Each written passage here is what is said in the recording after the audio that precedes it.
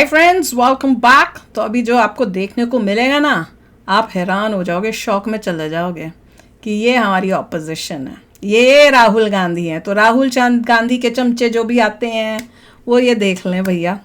तो भाई, वक्फ कानून पर चल रही थी चर्चा, संसद में सो गया राहुल गांधी। पता नहीं जानबूझ के सोया दिखाने के लिए। I am not interested. सो गया राहुल गांधी, स्लेप्ट इन लोकसभा। तो चलो वीडियो शुरू करते हैं। वीडियो शुरू करने से पहले अगर आप चैनल पर नए हो और आपने अभी तक सब्सक्राइब नहीं किया तो जल्दी से पहले सब्सक्राइब के बटन और बेल आइकन को क्लिक कर लो ताकि आपको हमारे सारे न्यू वीडियोस के नोटिफिकेशन मिल जाए जैसे हम अपलोड करें। अगर आपको वीडियो पसंद आता है प्लीज लाइक एंड शेयर। चलिए शुरू करते हैं।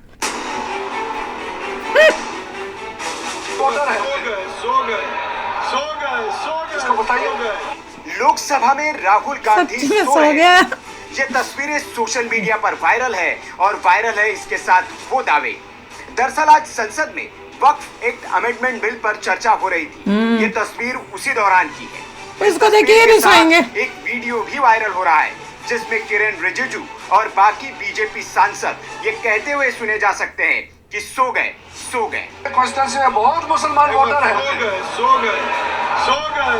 इसको बताइए। उठाओ, क्या मजाक हो रहा है बंदे का।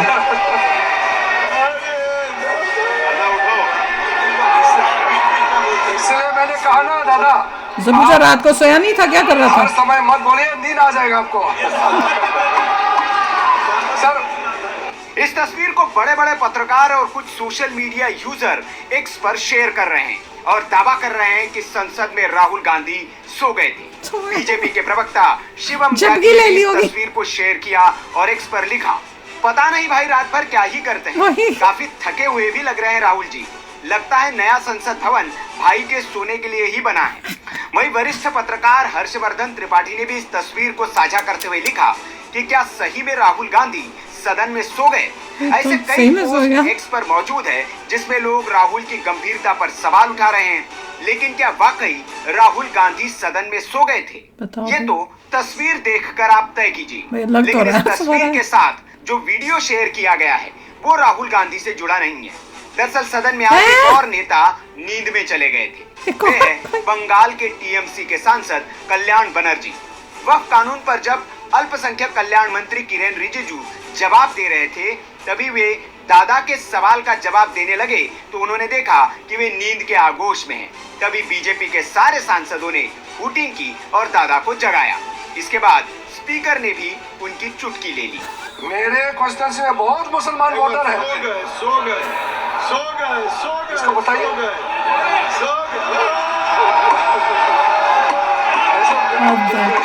वही कह रहे कैसे लोग हैं। इसलिए मैंने कहा ना दादा, आप हर समय मत बोलिए, नींद आ जाएगा आपको।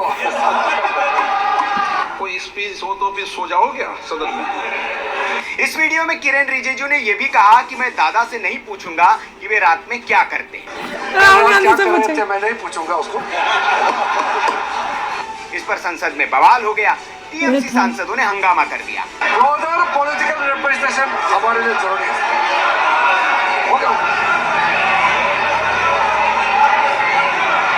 अपना खुद ही मजाक उड़ाया। लेकिन बीजेपी वाले भी राहुल से ये भी तो सो ही रहा है कि वे रात आंखें बंद है। करते क्या है जो दिन में संसद में आकर बेटा देखो कैसे हैं।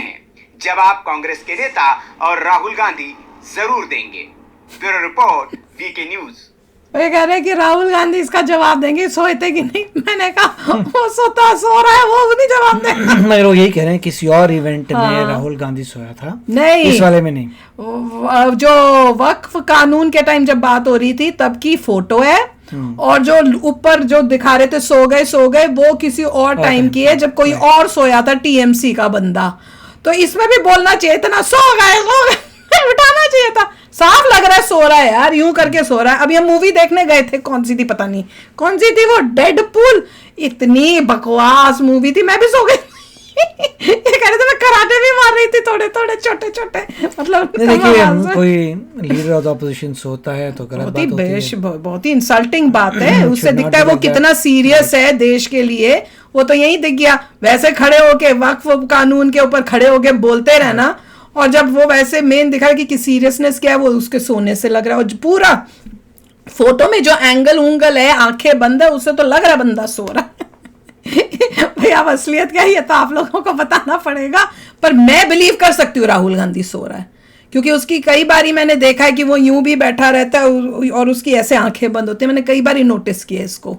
तो इसको देखो, इसको इंटरेस्ट तो है नहीं पॉलिटिक्स में, ये तो जबरदस्ती का घुसा हुआ है। क्यों? क्योंकि पॉलिटिक्स में नेम है, फेम है, वेल्थ है, पैसा है, इसलिए घुसा हुआ है। उसे पता है कि ये छोड़ दी तो मुझे तो कहीं पे भी कहीं नौकरी मिलनी नहीं, कुछ है ही नहीं मेरे पास बचा।